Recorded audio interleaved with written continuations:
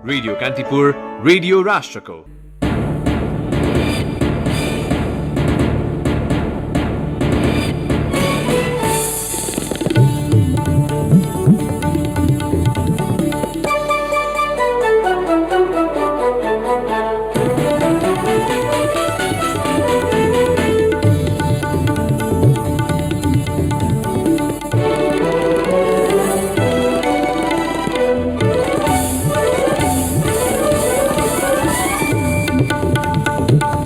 प्रतिनिधि सभा पुनर्स्थापना नहुने प्रधानमन्त्री ओलीको दावी, कार्यकर्ता संरक्षण गर्न दाहाल नेपाल पक्षले हल्ला फैलाएको आरोप। प्रतिनिधि सभा विघटनको विरोधमा दाहाल नेपाल समूहद्वारा दोस्रो चरणका आन्दोलनका कार्यक्रम सार्वजनिक, नेताहरू सार्वजनिक मञ्चबाटै आरोप प्रत्यारोपमा उत्रिएर राजनैतिक संस्कार गुमाउँदै। पछिल्लो 24 घण्टामा थप 419 जनामा कोरोना संक्रमण पुष्टि, सोही अवधिमा 750 जना कोरोना संक्रमण मुक्त भएर डिस्चार्ज, 6 जनाको मृत्यु। बेलायतमा विकास भएको कोभिड-19 विरुद्धको खोप प्रयोगका लागि भारतको स्वीकृति। बेलायतमा नयाँ स्वरूपको कोरोना संक्रमण दर तीव्र बनेपछि 2 साताका लागि प्राथमिक तहका विद्यालयहरू पुनः बन्द। र प्रधानमन्त्री कप राष्ट्रिय महिला T20 क्रिकेट प्रतियोगिताको उपाधिका लागि प्रदेश 1 र विभागीय एफएफ भिड्ने। नमस्कार, कान्तिपुर डायरीका साथमा साथी रमेश र म पार्वता। समाचार अब विस्तारमा। प्रधानमन्त्री केपी शर्मा ओलीले प्रतिनिधि सभा पुनर्स्थापना नहुने दावी गर्नुभएको छ। प्रतिनिधि सभा विघटनको मुद्दा सर्वोच्च अदालतमा विचाराधीन रहेको बेला संसद कुनै पनि हालतमा पुनर्स्थापना नहुने प्रधानमन्त्री ओलीले दोहोर्याउनु भएको हो। कहाँ विकल्प छ र पठाउने, पुनर्स्थापना गरेर कहाँ पठाउने? फेरि म चलाउन भन्दैछु, जो दलको नेता हुँ, जोसँग लगभग 2/3 छ, उसले ताजा जनादेश चाहियो भन्दैछ। काठमाडौँ जिल्लाका आफूपक्षका कार्यकर्ताको भेलामा प्रधानमन्त्री ओलीले कार्यकर्ता संरक्षण गर्न पुष्पकमल दाहाल र माधव कुमार नेपाल पक्षले प्रतिनिधि सभा पुनर्स्थापनाको हल्ला फैलाएको आरोप समेत लगाउनुभयो। प्रतिनिधि सभा विघटन गर्नुका पछाडि आफू विरुद्ध पार्टीभित्रैबाट आएको अविश्वासको प्रस्ताव लगायतका विषय रहेको ओलीको भनाइ थियो। प्रतिनिधि सभा विघटन र पार्टीको आधिकारिकताबारे अदालतबाट आफूहरूकै पक्षमा फैसला आउने ओलीको दावी थियो। चर्चित कलाकार चार्ली च्याप्लिनको कथा सुनाउँदै ओलीले पार्टीको आधिकारिकताको विषयमा अदालतले आफ्नो पक्षमा फैसला दिने बताउनुभयो। ओलीले दाहाल पक्षलाई अझै पनि पार्टीका बैठकमा आउन आग्रह समेत गर्नुभयो। सोही कार्यक्रममा गृहमन्त्री समेत रहेका ओली समूहका नेता रामबहादुर थापाले पद र सत्ताको लोभले गर्दा नेकपामा विभाजन आएको बताउनुभयो। पार्टीबाट एक गुट अलग भएको भन्दै थापाले प्रतिनिधि सभा विघटन गर्नुको कारक पनि सोही गुट भएको आरोप लगाउनुभयो। पुष्पकमल दाहाल र माधव कुमार नेपाल पक्षले अध्यक्ष ओलीलाई प्रधानमन्त्रीबाट हटाउन खोजेपछि साहसी कदम चाल्दै प्रतिनिधि सभा विघटन गरिएको थापाको भनाइ थियो। प्रतिनिधि सभा विघटनलाई असंवैधानिक र अलोकतान्त्रिक भन्दै आएको नेकपा दाहाल नेपाल समूहले दोस्रो चरणका आन्दोलनका कार्यक्रम सार्वजनिक गरेको छ। केन्द्रीय संघर्ष समितिले आज काठमाडौँको पेरिस डाँडा स्थित जनवर्गीय संगठनको कार्यालयमा पत्रकार सम्मेलन गरी आन्दोलनका कार्यक्रम सार्वजनिक गरेको हो। पत्रकार सम्मेलनमा प्रवक्ता श्रेष्ठले संसद पुनर्स्थापना नभएसम्म आन्दोलन जारी राख्ने बताउनुभयो। हाम्रो आन्दोलन असंवैधानिक रूपमा विघटन गरेको प्रतिनिधि सभालाई सुचारू नबनाउँदासम्म र त्यसले सिर्जना गरेको प्रतिगमनको खतरालाई निस्तेज नपार्दासम्म जारी रहनेछ। त्यसैले यो आम जनतालाई सुसूचित गर्ने र संघर्षमा उतार्ने र व्यापक जनदबाव सृष्टि गर्ने कार्यक्रमको रूपमा आएको छ र घटनाक्रमको विकास सँगसँगै जनतालाई आन्दोलित गर्दै जुन प्रकारका संघर्षको रूपहरू हामीले दिनुपर्छ त्यो हामी पछिल्लो दिनहरूमा दिनेछौँ। तर हाम्रो आन्दोलनको कार्यक्रम पूर्ण शान्तिपूर्ण हुनेछ।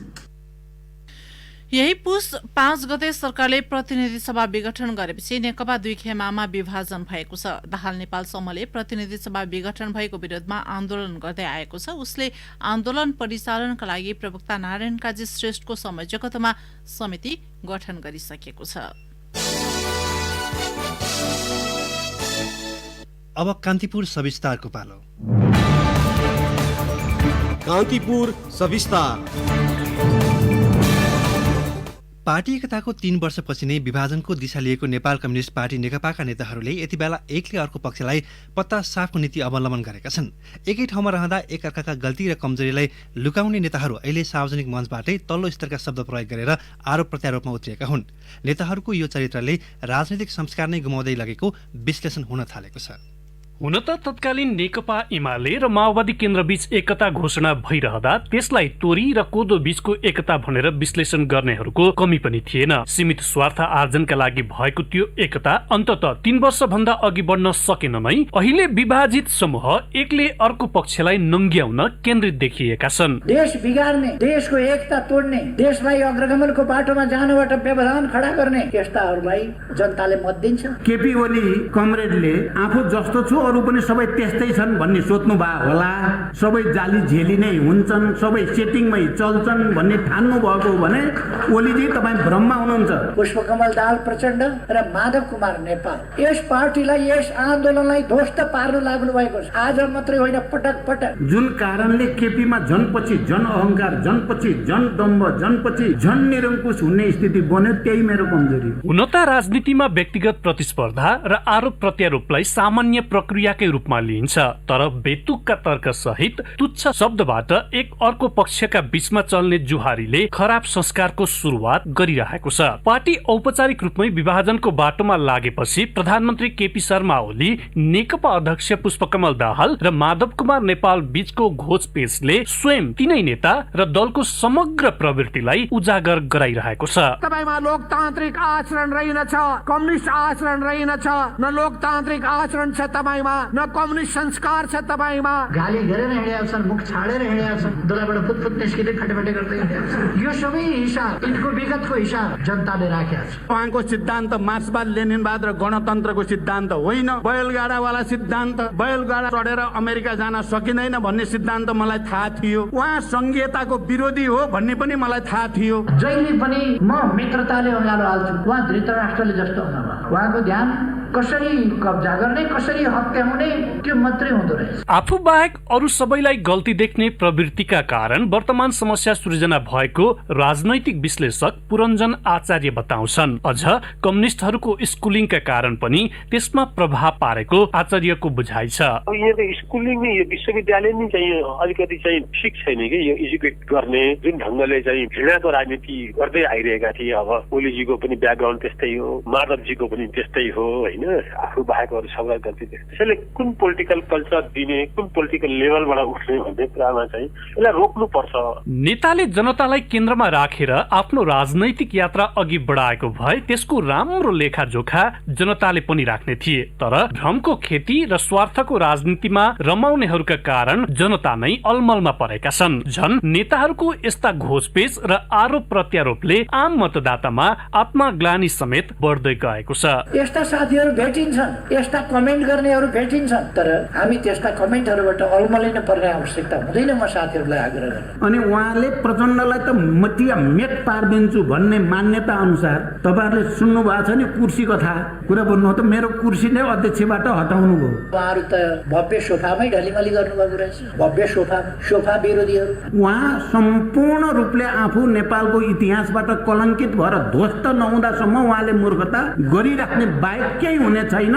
दुईजना मान्छेका स्वार्थ, महत्वाकांक्षा, पद पैसा र परिवारका लागि मरिमेट्न तयार हुने दुईजनाका पछाडि सती नजानु। राजनीतिमा गुम्दै गएको नैतिकताको असर छताछुल्ल बाहिर देखिन थालेको छ। जनमोर्चा अध्यक्ष चित्रबहादुर केसी यसलाई राजनैतिक विचलन र सोचाइको दरिद्रता मान्छन्। यो त नेपाली चाहिँ राजनीतिको चाहिँ दरिद्रता हो। अब मिलेर खान गरी मिल्नु पर्ने, अनि चाहिँ विवाद भएपछि जे मुला त्यही भन्ने यो सांस्कृतिक धरातलमा आएको चाहिँ विचलन हो। विश्लेषक आचार्य पनि केसीको भनाइमा सहमत छन्। अझ यो प्रवृत्तिले हिंसा र झडपको अवस्थासम्म पुर्याएका उदाहरण विश्व राजनीतिमा रहेकाले त्यो सम्भावना पनि कायमै रहेको आचार्य बताउँछन्। नेपालमा पोलिटिकल कल्चर कुन लेभल, कुन तहमा गएर चाहिँ उफ्रिन सक्छ भन्ने एउटा उदाहरण पनि हो। एउटा यो कम्युनिस्ट पार्टीहरूको चाहिँ छुट्टै किसिमको तल्लो स्तरमा गाली गलोचको पनि असभ्य किसिमको देखिन्छ। यो ढङ्गको राजनीतिले चाहिँ हेर्न सडकमा ठुलो हिंसा भएको छैन, आपसी हिंसा जुन चाहिँ अब अरू कम्युनिस्ट कन्ट्रीहरूमा चाहिँ हिंसा पनि भएको देखिन्छ। इमान र प्रतिष्ठा खोज्दै हिँड्ने विषय होइन, त्यसका लागि आफू रूपान्तरण हुन जरुरी छ। आफ्नो कर्म र त्यसले देखाउने संकेतको मूल्याङ्कनबाट मान, सम्मान र इमानलाई उचाइ दिएको हुन्छ, तर हाम्रो संस्कार त्यसको ठिक विपरीत देखिएको छ। यही अवस्था दल र तिनका नेताहरूमा रहे सार्वभौम जनताको तराजुमा उनीहरूको वजन शून्य हुन धेरै समय लाग्दैन। रेडियो कान्तिपुरका लागि प्रकाश पाठक। कान्तिपुर सविस्तार। कान्तिपुर डायरीमा अब ब्रेकको पालो। कान्तिपुर डायरीमा अब बाँकी प्रसङ्ग। पछिल्लो 24 घण्टामा थप 419 जनामा कोरोना संक्रमण पुष्टि भएको छ। यो सँगै हालसम्म नेपालमा 2,61,438 संक्रमितको संख्या पुगेको स्वास्थ्य तथा जनसंख्या मन्त्रालयले जनाएको छ। पछिल्लो 24 घण्टामा 750 जना कोरोना संक्रमण मुक्त भएर डिस्चार्ज भएका छन्। यो सँगै संक्रमण मुक्त हुनेको संख्या 2,53,857 पुगेको छ। देशभर सक्रिय संक्रमितको संख्या हालसम्म 5,711 छ। मन्त्रालयका अनुसार हालसम्म पीसीआर विधिबाट 19,42,702 परीक्षणहरू भएका छन्। हालसम्म क्वारेन्टिनमा रहनेको संख्या 367 रहेको छ। कोरोना संक्रमणबाट 24 घण्टामा थप 6 जनाको मृत्यु भएको छ। हालसम्म कोरोना संक्रमणबाट मृत्यु हुनेको संख्या 1,870 पुगेको छ।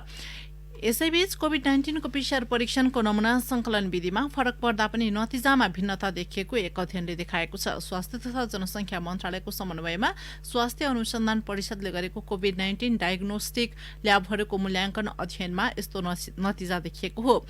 परिषदका सदस्य सचिव डाक्टर प्रदीप गेमालीले कुनै अस्पताल र प्रयोगशालाहरूले नाक र कसैले मुखबाट स्वाब लिने गरेकाले पनि रिपोर्टमा भिन्नता आएको अध्ययनमा देखिएको बताउनुभयो। नाकबाट स्वाब संकलनका लागि तालिम प्राप्त हुनुपर्ने भए पनि तालिम नलिएकाले स्वाब संकलन गरिरहेको उहाँको भनाइ छ।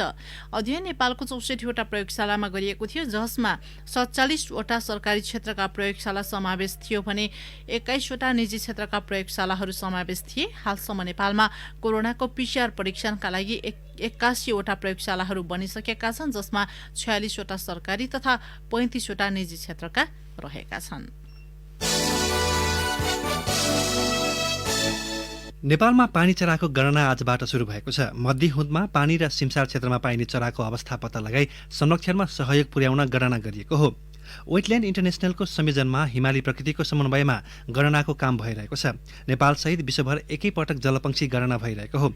आज पहिलो दिन काठमाडौँको बागमती नदी र तौडह पोखरीमा चराविद र नेचर गाइडले गर्न थालेको पानी चरा गणना नेपाल संयोजक वरिष्ठ चराविद डाक्टर हेमसागर बरालले बताउनुभयो। त्यस्तै कोशीका दर्जन बढी ठाउँ र पोखराका 10 ठाउँ गणना हुनेछ।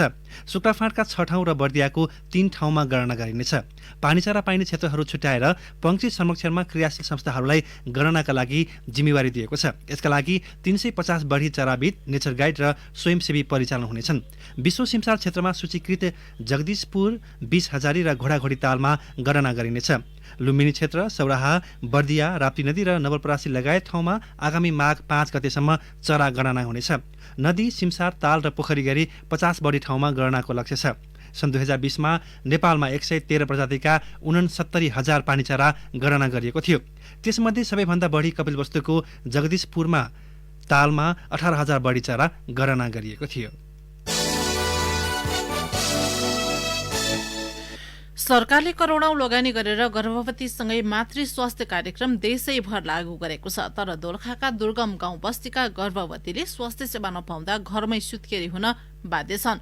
अर्कोतर्फ पोषण अभाव र घरमै सुत्केरी गराउने बाध्यताले अपाङ्गता भएका बालबालिकाहरू जन्मने क्रम बढ्दो छ। थप विवरण चाहिँ दोलखा सहकर्मी केदार शिवाकोटी। दोलखाको गौरशंकर गाउँपालिका 8 बाबियो डाँडाकी दुधीमाया तमाङका 4 सन्तान मध्ये 2 सन्तान अपाङ्ग छन्। उनले 4 सन्तान घरमै जन्माइन्। 4 सन्तानकी आमा बनेकी उनी अहिलेसम्म स्वास्थ्य चौकी टेकेकी छैनन्। उनी मात्र होइन, यो गाउँका 22 परिवारमा कोही न कोही अपाङ्ग छन्। घरमै प्रसुति गराउँदा यो गाउँका धेरैले ज्यान गुमाएका छन्। हिमाली क्षेत्रमा स्वास्थ्य चौकी पुग्न घण्टौं हिँड्नुपर्ने बाध्यता एकातिर छ भने अर्कोतिर स्वास्थ्य संस्थामा स्वास्थ्य कर्मी भेटिँदैनन्। तर सरकारले भने गर्भवती महिला र बच्चाका लागि विभिन्न कार्यक्रमका नाममा करोडौं रकम खर्च गरिरहेको छ। तर दुर्गममा भने अवस्था निकै भयावह छ। खर्च नहुँदा स्वास्थ्य सेवा लिन नपाएको गुनासो गर्छिन् बाबियो डाँडाकी दुधीमाया तमाङ र देवीका तमाङ। अहिले कान्छो छोरा छ, माइली र कान्छी चाहिँ यस्तो छोरा पनि हिँड्छ, दुईटा यस्तो। त्यतिखेर अब सानै थियो, ज्वरो हुनाले पनि अब लान सकिएन सर, के गर्नु, यस्तै हो। दोलखाको दुर्गम क्षेत्रमा अपाङ्गता भएका बालबालिका धेरै भेटिन्छन्। यस्तै महिला तथा बालबालिका कुपोषणको शिकार समेत हुने गरेका छन्। सरकारले स्वास्थ्य चौकी बनाइदिए पनि अझै प्रसुति सेवा र दुर्गममा जनचेतनाका कार्यक्रम नहुँदा परम्परागत घरमै प्रसुतिले गर्भवती महिलाले जोखिम मोलिरहेको बताउँछिन् डाक्टर होल्सा पौडेल। एकजना बालबालिकाहरूलाई स्क्रिनिङ गर्यौँ, जुनमा चाहिँ हामीले धेरै जसो बच्चाहरूलाई चाहिँ अपाङ्गता फिजिकली डिसेबिलिटी भएको बच्चा देख्यौँ, जुनमा चाहिँ के देख्यो भने आमाहरू गर्भवती भइसकेपछि होम डेलिभरी नै गरेको देखियो है। त्यसकारण हामीले आमाहरूलाई चाहिँ गर्भवतीको बारेमा जानकारी गराउनु पर्यो होइन, अनि सेल्फ डेलिभरी कसरी हुन्छ त्यो सिकाउनु पर्यो। सरकारले मातृ शिशुको सुरक्षा कार्यक्रम घर दैलो अभियान सञ्चालन गरे पनि दोलखाका दुर्गम भेगमा त्यसको कुनै प्रभाव देखिएको छैन। गौरीशंकर गाउँपालिकाको खारेमा गरेको एक दिने स्वास्थ्य परीक्षणमा 60 महिला मध्ये 35 जनामा पाठेघर खस्ने रोग रहेको बताउँछन् डाक्टर विनोद दङ्गाल। यही तथ्यलाई आधार मान्दा पनि दुर्गम क्षेत्रमा रोग लुगाउने समस्या समेत भयावह भएको डाक्टर दङ्गालको भनाइ छ। महिलाहरूको अवस्थामा चाहिँ धेरै जस्तोको चाहिँ के पाइयो भने चाँडो बच्चा पाउने, धेरैवटा बच्चा पाउने, जसले गर्दाखेरि चाहिँ पाठेघर चाहिँ सजिलै खस्ने, जसले गर्दाखेरि चाहिँ सेतो पानीहरू जाने अनि बेसरी तल्लो पेट दुख्ने, यस्तो खालको समस्याहरू चाहिँ समग्र रूपमा देखियो। 60 जना महिलामा चाहिँ लगभग 40 जनाको त्यस्तो समस्या छ भनेपछि लगभग धेरै पर्सेन्टेजलाई चाहिँ यो छ भन्ने अन्दाज गर्न सकिन्छ। मातृ शिशु कार्यक्रममा हुने सरकारी र गैर सरकारी संस्थाको रकम अधिकांश सदरमुकाम र सुगम क्षेत्रमा गोष्ठी तालिममा सक्ने गरेका छन्। संघीय प्रदेश स्थानीय तहले स्वास्थ्य क्षेत्रमा करोडौं रकम खर्च गरिरहेको भने पनि दुर्गममा स्वास्थ्य सेवा र जनचेतना पुगेको छैन, जसका कारण गर्भवती महिला जोखिम मोलेर घरमै प्रसुति गरिरहेका छन्। रेडियो कान्तिपुरका लागि केदार शिवाकोटी, दोलखा। शिक्षा पत्रकार सञ्जाल नेपाल इजोनले गोरखापत्र दैनिकका प्रकृति अधिकारीको अध्यक्षतामा 9 सदस्यीय नयाँ कार्यसमिति चयन गरेको छ। इजोनको आज सम्पन्न 7औं साधारण सभाबाट आगामी 2 वर्षको कार्यकालका लागि नयाँ कार्यसमिति चयन गरेको हो। उपाध्यक्षमा अन्नपूर्ण पोस्टका सूर्य पाण्डे, महासचिवमा काठमाडौँ पोस्टका विनोद घिमिरे, कोषाध्यक्षमा नेपाल टेलिभिजनका रविचन्द्र पराजुली, सचिवमा रेडियो कान्तिपुरकी पार्वता चौधरी चयन भएका छन्। इजोन मूलधारको शिक्षा पत्रकारितामा 12 वर्षदेखि सक्रिय रहँदै आएको संस्था हो। कान्तिपुर कर्मी नवीन पौडेल स्वर्गीय कृष्ण प्रसाद पराजुली स्मृति पुरस्कार 2077बाट सम्मानित भएका छन्। नेपाल पत्रकार महासंघ पूर्वी नवलपरासीको प्रथम साधारण सभाको अवसरमा पौडेललाई सम्मान गरिएको हो। पत्रकार महासंघ पूर्वी नवलपरासीका पूर्व उपाध्यक्ष वीरेन्द्र पराजुलीले आफ्ना बुबाको स्मृतिमा स्थापना गरेको पत्रकार अक्षय कोष मार्फत विगत 14 वर्षदेखि पत्रकारिता पेसामा आबद्ध पौडेललाई सम्मान गरेको हो। पत्रकार महासंघका केन्द्रीय महासचिव रमेश विष्ट र प्रेस युनियनका अध्यक्ष बद्री सिग्देलले दोसल्ला प्रमाणपत्र र नगदसहित पौडेललाई सम्मान गरेका थिए। पौडेल कान्तिपुरका नवलपरासी संवाददाता हुन्। अब केही समाचार संक्षेपमा। पूर्व प्रधान न्यायाधीश कल्याण श्रेष्ठले नेपालको राजनीतिमा व्यापारीकरण बढेको टिप्पणी गर्नुभएको छ। बागलुङ उद्योग वाणिज्य संघको 56औं साधारण सभाको उद्घाटन गर्दै उहाँले व्यापारमा राजनीतिकरण समेत बढेको बताउनुभयो। संयुक्त राष्ट्र संघले कङ्गोको अति संवेदनशील इटुरी क्षेत्रको बुनियादमा नेपाली शान्ति सैनिकलाई पुनः तैनाथ गरेको छ। बँदेलको आक्रमणबाट दाङको लम्हीमा एक बालकसहित 4 जना घाइते भएका छन्। बँदेलको आक्रमणबाट नगरपालिका 2 डोहडीका 8 वर्षीय शिरीष गिरी, 55 वर्षीय धनिया चौधरी र वडा नम्बर 1 बरुवा गाउँका 40 वर्षीय हिरादेवी चौधरी घाइते भएका हुन्। बैतडीमा पाटन पञ्चेश्वर सडक खण्डको मेलौली नगरपालिका 3 ठुलाखोलामा स्काभेटर दुर्घटना हुँदा कैलालीको निगालीका 25 वर्षीय चालक हेमन्त धामीको मृत्यु भएको जिल्ला प्रहरी कार्यालय बैतडीले जनाएको छ। ट्राफिक प्रहरीलाई आर्थिक प्रलोभनमा पार्न खोज्ने नाछख 3040 नम्बरको ट्रक चालक 12 घर भएका भीमबहादुर विक पक्राउ परेका छन्। कान्तिपुर डायरीमा अब तनहुँ डायरीको पालो। तनहुँ डायरीमा प्रताप राणा मगरको नमस्कार। म्याग्दे गाउँपालिका 2 उमाचोक गाउँ सुन्तला खेतीका लागि जिल्लाकै नमुना बगैँचाको रूपमा स्थापित भएको छ। अन्य क्षेत्रका सुन्तला उत्पादनमा भारी ह्रास आए पनि सो क्षेत्रमा नगर्ने मात्रामा उत्पादनमा कमी आएको जिल्ला कृषि ज्ञान केन्द्रले जनाएको छ। कृषकले वार्षिक 5 लाखदेखि 65 लाखसम्म आम्दानी गर्छन्। व्यास नगरपालिका 1 विज्ञान चौर स्थित आदिकवि भानुभक्त क्याम्पस परिसरमा निर्माण गरिएको शहीद नेपाली छात्रावासमा पर्याप्त भवन नहुँदा अभिभावक नभएका विद्यार्थी मर्कमा परेका छन्। आर्थिक अभावका कारण थप भवन निर्माण गर्न नसकिएकाले लक्षित वर्गका विद्यार्थी शिक्षाबाट वञ्चित हुनु परेको क्याम्पस प्रशासनले जनाएको छ। 400 बढी अभिभावक नभएका विद्यार्थी छात्रावासमा बसेर पढ्न पाउने अधिकारबाट वञ्चित हुनु परेको क्याम्पस प्रमुख महाप्रसाद हर्कलेले बताउनु भयो। व्यास नगरपालिका 5 सागे स्थित सिन्धु आधारभूत विद्यालयमा विद्यार्थीको हक हितका लागि अक्षय कोष स्थापना गरेको छ। व्यास नगरपालिका 6 निवासी विनिता काफ्लेले सो विद्यालयमा 25,500 रुपियाँको अक्षय कोष स्थापना गर्नुभएको हो। अक्षय कोषको रकमबाट गरिब तथा विपन्न बालबालिकाहरूलाई वर्षेनी शैक्षिक सामग्री उपलब्ध गराइनेछ। क्रियाशील पत्रकार महिला तनहुँको 4औं जिल्ला अधिवेशनले विमला दवाडी कणेलको नेतृत्वमा सर्वसम्मत कार्यसमिति चयन गरेको छ। कार्यसमितिको उपाध्यक्षमा सृजना राणा, सचिवमा मिला दराई, कोषाध्यक्षमा शीला वाक्ले तथा सहसचिवमा करिश्मा गुरुङ सर्वसम्मत चयन भएका हुन्। यस्तै सदस्यमा प्रकृति न्यौपाने, अन्जु दाहाल, रन्जु सिगदेल, अप्सरा श्रेष्ठ, अस्मिता विक र मुना कालीराज विके चयन भएका छन्। हस्त तनहु डायरी यति नै। प्रताप राणा मगरलाई बिदा दिनुहोस्। नमस्कार। जिल्ला डायरीपछि कान्तिपुर डायरीमा पुनः ब्रेकको पालो। कान्तिपुर डायरीमा अब आर्थिक प्रसङ्ग। चालु आर्थिक वर्षमा पर्साको वीरगञ्ज नाकाबाट भारतमा भटमासको तेलको निर्यात करिब 3 गुणाले वृद्धि भएको छ। चालु आर्थिक वर्षको मङ्सिरसम्ममा वीरगञ्ज नाकाबाट 2 अर्ब 27 करोड 44 लाख 62 हजार रुपैयाँ बराबरको 1 करोड 48 लाख 19 हजार 832 किलो भटमासको प्रशोधित तेल भारततर्फ निर्यात भएको छ। गत आर्थिक वर्षको यसै अवधिमा 56 करोड 95 लाख 54 हजार रुपैयाँ बराबरको 44 लाख 5 हजार 248 किलो भटमासको प्रशोधित तेल निकासी भएको वीरगञ्ज भन्सार कार्यालयका प्रमुख भन्सार अधिकृत हरिहर पौडेलले बताउनुभयो। यो वर्ष अन्य वस्तुको तुलनामा भटमासको तेलको निर्यात झण्डै 3 गुणाले वृद्धि भएको भन्दै प्रमुख भन्सार अधिकृत पौडेलले यो सकारात्मक भएको बताउनुभयो। कोभिड-19 महामारीका कारण वीरगञ्ज नाकाबाट जुस, जाम लगायतका वस्तुको निर्यात भने घटेको छ। भन्सार कार्यालयको तथ्याङ्क अनुसार गत मङ्सिरसम्ममा सो नाकाबाट 17 करोड 15 लाख 77 हजार रुपैयाँ बराबरको 22 लाख 90 हजार 893 लिटर जुस भारततर्फ निकासी भएको छ। गत आर्थिक वर्षको सोही अवधिमा 25 करोड 30 लाख 57 हजार रुपैयाँ बराबरको 34 लाख 92 हजार 222 लिटर जुस भारत निकासी भएको थियो। यस्तै गत साउनबाट मङ्सिरसम्ममा सो नाकाबाट 9 करोड 49 लाख 25 हजार रुपैयाँ बराबरको जुत्ता भारत निकासी भएको छ।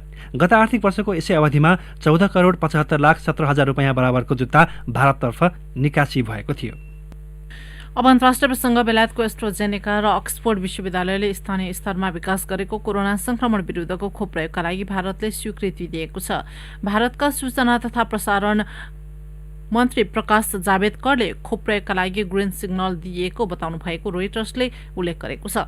एस्ट्राजेनेका र अक्सफोर्ड विश्वविद्यालयले सेरम इन्स्टिच्युट अफ इन्डियासँगको सहकार्यमा सो खोप उत्पादन गरेको हो। अमेरिकापछि विश्वमै सबैभन्दा धेरै संक्रमित रहेको भारतमा पहिलो पटक संक्रमण विरुद्धको खोपको आकस्मिक प्रयोगका लागि अनुमति दिएको हो। यससँगै भारतभर खोप वितरणका लागि बाटो खुलेको छ। खोपको प्रयोगको मात्राका लागि भने केन्द्रीय औषधि नियन्त्रण तथा मापन संस्थाले मापदण्ड तोक्नेछ। सेरम इन्स्टिच्युट अफ इन्डियाले भने 28 दिनको फरकमा 2 पटक प्रयोग गर्नका लागि अनुमति मागेको छ। एस्ट्राजेनेका र अक्सफोर्ड विश्वविद्यालयले विकास गरेको खोप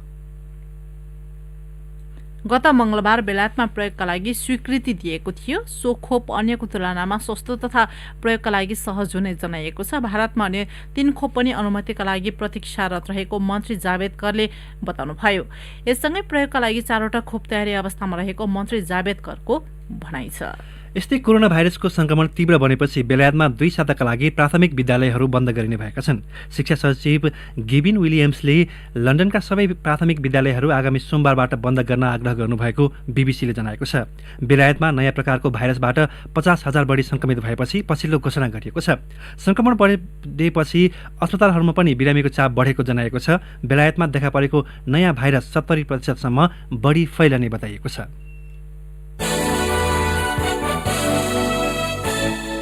अब खेल प्रसङ्ग। प्रधानमन्त्री कप राष्ट्रिय महिला टी20 क्रिकेट प्रतियोगिताको उपाधिका लागि प्रदेश 1 र विभागीय एफएफ बीच प्रतिस्पर्धा हुने भएको छ। दाङको लमही क्रिकेट मैदानमा आज भएको दोस्रो सेमिफाइनलमा लुम्बिनी प्रदेशलाई 10 विकेटले हराउँदै प्रदेश 1 ले एफएफसँगको उपाधि भेट पक्का गरेको हो। लुम्बिनीले दिएको 53 रनको लक्ष्य प्रदेश 1 ले 8.5 ओभरमा बिना विकेटको क्षतिमा भेटायो। उसको जितमा अभिजित रहँदै कप्तान रुबिना छेत्रीले 36 र काजल श्रेष्ठले 22 रनको योगदान गरे। यसअघि पहिले ब्याटिङमा उत्रिएको लुम्बिनी 14.1 ओभरमा 52 रनमा समेटिएको थियो। नितु भण्डारीले सर्वाधिक 21 रन बनाएको लुम्बिनीको इनिङ्समा अन्यले दोहोरो अङ्कको स्कोर छुन सकेनन्। प्रदेश 1 की संगीता राई र निगमा तामाङले समान 2 तथा रुबिना छेत्रीले 1 विकेट लिइन्। लुम्बिनीका 5 ब्याट्सवुमन रन आउट भएका थिए।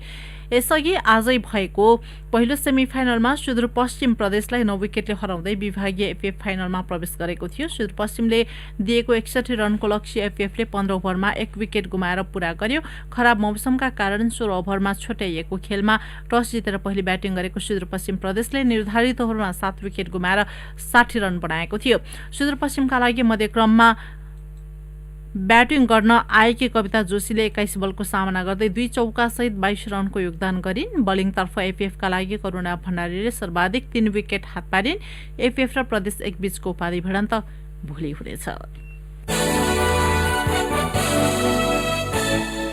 सन्दीप लामिछानेले होबार्ट हरिकेन्सका लागि आज पहिलो खेल खेलेका छन्। आफ्नो नयाँ टिमका लागि खेल्ने क्रममा सन्दीपले 2 विकेट पनि लिएका छन्।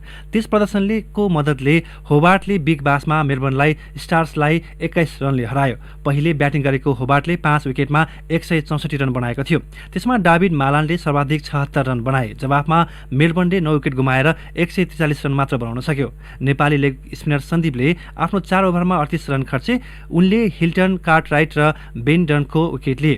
पराजित जितका लागि ग्लेन म्याक्सवेलले सर्वाधिक 70 रन बनाए।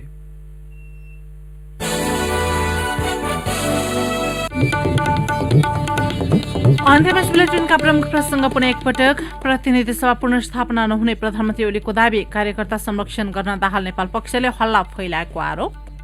प्रतिनिधि सभा विघटनको विरोधमा दाहाल नेपाल समूहद्वारा दोस्रो चरणका आन्दोलनका कार्यक्रम सार्वजनिक नेताहरू सार्वजनिक मञ्चबाटै आरोप प्रत्यारोपमा उत्रिएर राजनैतिक संस्कार गुमाउँदै। पछिल्लो 24 घण्टामा थप 419 जनामा कोरोना संक्रमण पुष्टि। सोही अवधिमा 750 जना कोरोना संक्रमण मुक्त भएर डिस्चार्ज, 6 जनाको मृत्यु। बेलायतमा विकास भएको कोभिड-19 विरुद्धको खोप प्रयोगका लागि भारतको स्वीकृति। बेलायतमा नयाँ स्वरूपको कोरोना संक्रमण दर तीव्र बनेपछि 2 साताका लागि प्राथमिक तहका विद्यालयहरू पुनः बन्द। र प्रधानमन्त्री कप राष्ट्रिय महिला T20 क्रिकेट प्रतियोगिताको उपाधिका लागि प्रदेश 1 र विभागीय एफएफ भिड्ने।